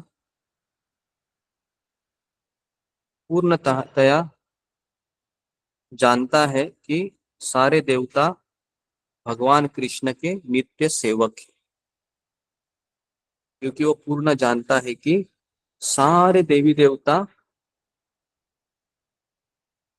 भगवान के नित्य सेवक है और उन पर निर्भर है, और उन पर निर्भर है। ये सुरक्षा कवच नंबर 2। ठीक है, अभी मैं इसमें आपको, सबने लिखा, कितने लोगों ने लिखा, फिंगर को रेज कीजिए। सुरक्षा कवच नंबर 2, ओके जी, ओके जी, पढ़ो पूजा डिमरी। हरे कृष्ण गुरु जी, दंडवत प्रणाम, सभी भक्तों को दंडवत प्रणाम।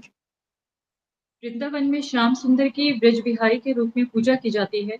एक भक्त कभी भी अलग से देवताओं की पूजा नहीं करता, नवरात्रि, महाशिवरात्रि, छठ पूजा, गणेश उत्सव आदि, क्योंकि वो पूर्णतया जानता है कि सारे देवता भगवान के नित्य सेवक और उन पर निर्भर रहते हैं। हरे कृष्ण। ओके, सबने लिखा। अभी मैं इसमें केस स्टडी दे रहा हूँ 2, ठीक है, मैं आप ही को पूछ रहा हूँ, ध्यान पूर्वक सुनिए अभी। ओके, तो आपके घर में देवी देवताओं की पूजा का विधान है, ठीक है। आपके घर में शिवरात्रि की पूजा की जाती है, नवरात्रि के 7 दिन पूजा होती है, छठ पूजा की जाती है, गणपति बिठाया जाता है, जो भी है, जितने जितने त्योहार होते हैं देवी देवताओं के उपास तपास के, सारे की जाती हैं। और अचानक आप कृष्ण भक्ति से जुड़ गए अभी, ठीक है, और कृष्ण भक्ति से जुड़ने के बाद अभी आपको पता चला है कि मुझे कृष्ण की भक्ति करनी है, देवी देवता तो कृष्ण पे निर्भर है, नहीं किया तो भी चलेगा।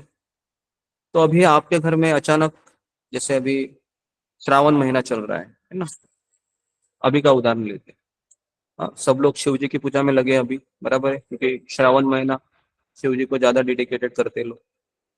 तो अचानक आपके घर के किसी मेंबर ने ऐलान किया कि श्रावण का महीना शुरू है भाई, सब लोगों को शिव जी के मंदिर में जाना है और जल चढ़ाना है, हमारी परंपरा रही है ये।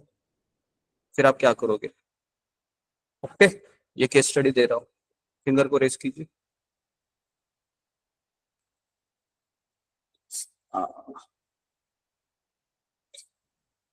जी, हिमांशु गुप्ता। हरे कृष्ण गुरु जी, दंडवत प्रणाम। अगर हम शिव जी के मंदिर में जाते हैं तो हमें कृष्ण की भक्ति मांगनी चाहिए, हमें शिव जी से प्रार्थना करनी चाहिए कि हमारे माला 16 डेली के डेली कंटिन्यू होते रहे। बस हमें ये प्रार्थना करनी चाहिए और मंदिर जाने में कृष्ण भक्ति भावना मांगना चाहिए। ओके जी, हरे कृष्ण गुरु ओके, जी। तो धन्यवाद। तो सब लोग इस उत्तर को, इसके अलावा किसी का उत्तर है? इसके अलावा यही उत्तर है सबका? ओके जी, तो सब लोग लिखिए, है ना, क्योंकि ये पता होना चाहिए कि मुझे मंदिर में जाना है, शिव जी के मंदिर में जाना है, नवरात्रि के देवी माँ के दर्शन के लिए जाना है, गणपति के लिए दर्शन में जाना है, मंदिर में जाना है, ठीक है। क्यों जाना है? क्योंकि ये मेरे कृष्ण के सेवक है। क्यों जाना है मुझे? ये मेरे कृष्ण के सेवक है, ये भाव होना चाहिए। ये भाव नहीं होना चाहिए कि अभी ये मेरी इच्छाओं को पूर्ण करेंगे। आई बात समझ में?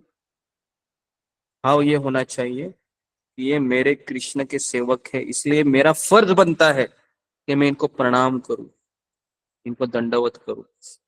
लेकिन लेकिन हम इनके पास जाएंगे तो एक ही चीज मांगेंगे, जैसा ये नेहा गुप्ता ने कहा कि हम उनसे भगवान की सेवा मांगेंगे, कृष्ण की सेवा मांगेंगे, गुरु की सेवा मांगेंगे, बस।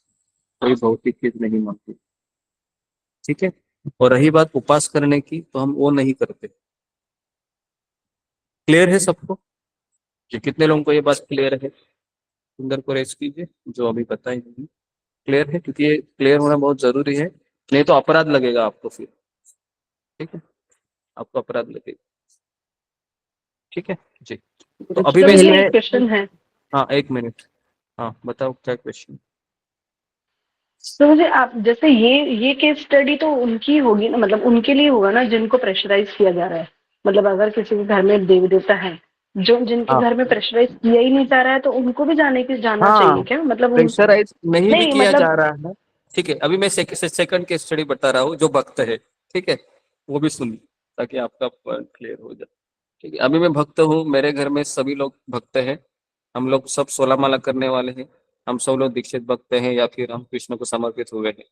अभी हमारे मोहल्ले में नवरात्रि का उत्सव है, देवी माँ बैठी है वहां पर, है ना, मोहल्ले में। और सोसाइटी वाले लोग कह रहे हैं कि आपको आना चाहिए, you are a part of society, है ना। और हमको पता है कि देवी माँ है वह दुर्गा देवी है भाई, है ना। जेलर है वो कृष्ण की सेविका है, ब्रह्म संहिता में ब्रह्मा जी कहते हैं, है ना, कि ये पूरा जगत का शासन करती है, ठीक है। तो अभी क्या करना चाहिए, क्या करोगी तुम ऋतु जटवाली, बोलो। प्रभु जी हाँ मैं तो बोलो। नहीं जाती, क्योंकि वहां पर बहुत गंदगी होती है। मतलब गंदगी इन द सेंस बहुत लोग ऐसे गंदे गंदे लाइक गाने चलाते हैं और ये और वो, बहुत गंदगी होती है। इवन गणपति पे भी होता है ना, तो वो बहुत ही गंदा माहौल होता है। तो प्रभु जी मैं तो अवॉइड ही करती हूँ, लेकिन आप ओके, जैसे बता रहे हैं तो जाना चाहिए। हाँ लेकिन मैं, मैं तो, अब आप बताइए। हाँ मैं ये कह रहा हूँ कि वहाँ का एटमॉस्फेयर से हमें कोई लेना देना नहीं है, हम वहाँ पर देवताओं का आदर करने की बात यहाँ पर हो रही है ना। हमें भी पता है कि वहाँ पर गलत गलत चीजें होती हैं, लेकिन अगर देवी माँ वहाँ पर बैठी है, नहीं भी बैठी है, या लेकिन हमको यहाँ पर अपराध नहीं करना है, तो इसके लिए सुरक्षा कवच के अनुसार यहाँ पर लिखा हुआ है कि हम उनको आदर देते हैं। तो अभी देवी माँ आई है, तो देवी माँ भी सोच रही होंगी ना कि यहाँ पर कोई तो भक्त है वो बैठा है ना, प्रभुपाद को शरणागत है, ये मेरे दर्शन के लिए क्यों नहीं आ रही है, क्यों नहीं आ रहा है, मैं भी तो देखना चाहता हूँ, शायद वो भी सोच रहे होंगे, है ना। तो एक मिनट, तो हमें उनको आदर देना चाहिए। आदर नहीं देंगे ये सोचकर कि परिस्थिति वहां पर विपरीत है, तो फिर अपराध लगने के चांसेस है, क्योंकि दूसरा नाम अपराध है कि देवी देवताओं को भगवान से अलग समझना, ये भी एक अपराध है, और देवी देवताओं को भगवान समझना ये भी अपराध है। तो हम उनको पूरा करेंगे। जैसे अभी मैं एग्जांपल दे रहा हूँ, मान लो हमारे ही घर के कोई रिश्तेदार आ गए, जैसे मौसी है, चाची है, चाचा है, बराबर है, उनका भी माहौल खराब होता है। लेकिन अगर तुम्हारी माँ कहेगी अरे भाई मेरी माँ है, मेरी बहन है, वो मौसी है तुम्हारी, क्या ऐसे है, तो जाना चाहिए ना। क्या करोगे तुम, माँ को कुछ करने के लिए जाओगे ना, या नहीं जाओगे वहां पर भी फाइट करोगे माँ से, नहीं। तो इसके लिए हमें थोड़ा आदर रिस्पेक्ट देना चाहिए, बिकॉज वो पार्ट है, वो भगवान के सेवक है, ठीक है। तो ये मैंने 2 केस स्टडी बताई ताकि ये चीजें क्लियर हो जाए, क्योंकि मैं भी पहले ऐसे ही था, है ना। मैं भी पहले ऐसे ही था, मैं बिल्कुल नहीं जाता था गणपति, ये सब में एकदम हंगामा होता था, पत्ते खेलते थे, दारू पीते थे। लेकिन जब हमने ये अपराध के बारे में सुना, तो मैं बोला मुझे अपराध नहीं करना है, क्योंकि ये नाम अपराध में आता है। तो भले ही 5 मिनट के गाने, वो 5 मिनट खड़ा रहना है वहां पर, और देवी माँ को कहना है कि, या गणपति को कहना है कि आप मुझ विघ्नहर्ता है, तो आप नरसिंह देव के आप भक्त हैं, तो मेरे भक्ति में विघ्नों को दूर कीजिए। या शिव जी के पास जाओगे, आप परम वैष्णव है, तो मैं आपके लिए दूध लाई हूँ या दूध लाया हूँ, मैं चढ़ाऊंगा, उनसे कृष्ण भक्ति मांगूंगा। क्लियर है सबको, या इसमें किसी को कुछ प्रश्न है, फिंगर को रेस कीजिए।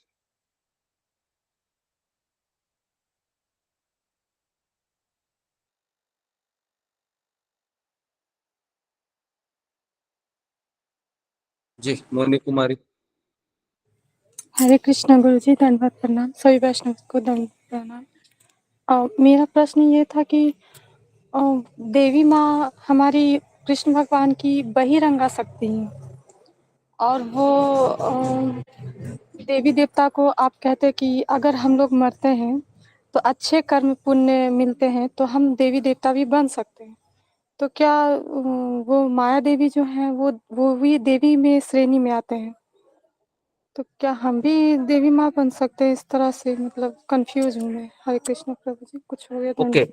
तो देवी देवताओं को हम कभी बन नहीं सकते हैं। जो 33 करोड़ जो पोस्ट है, इसमें ब्रह्मा जी से लेके, है ना, इंद्र है, सूर्य है, चंद्र है, ये सब पोस्ट है जो क्वालिफाइड जीवात्मा के पुण्य कर्म के हिसाब से उनको प्राप्त होती है। ठीक है, तो बनने की चीज नहीं है। ये दुर्गा देवी है, ये बहिरंगा शक्ति है, ये अलग ही है। ये कोई पोस्ट नहीं है, ये एक व्यक्ति है।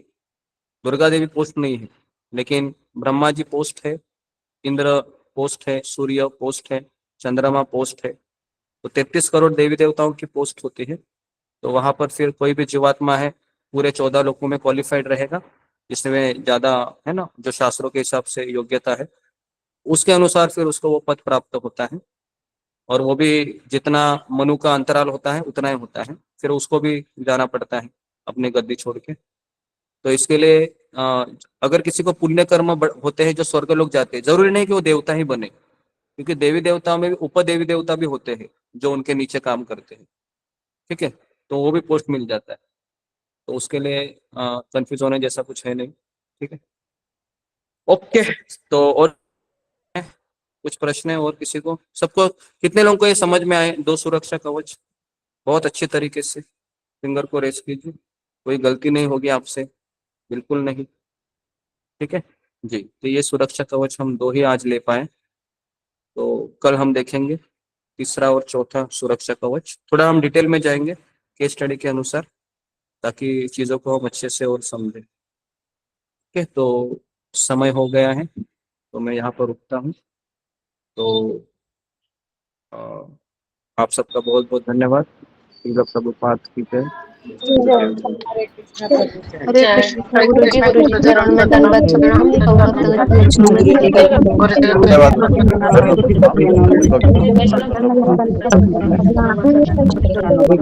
प्रवीण माता चरणों पूजा माता दंडवत प्रणाम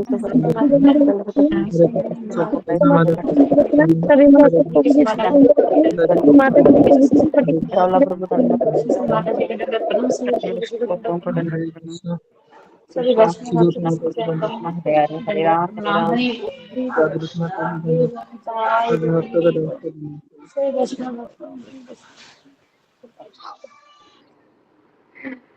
सुमित्रा माता जी के चरणों में दंडवत प्रणाम। हरे कृष्ण। गायत्री माता जी के चरणों में दंडवत प्रणाम।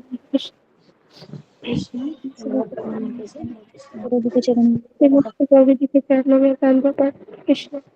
सुजाता माता जी के चरणों में दंडवत प्रणाम। हरे कृष्ण। सुमित्रा माता जी के चरण, रूही माता जी।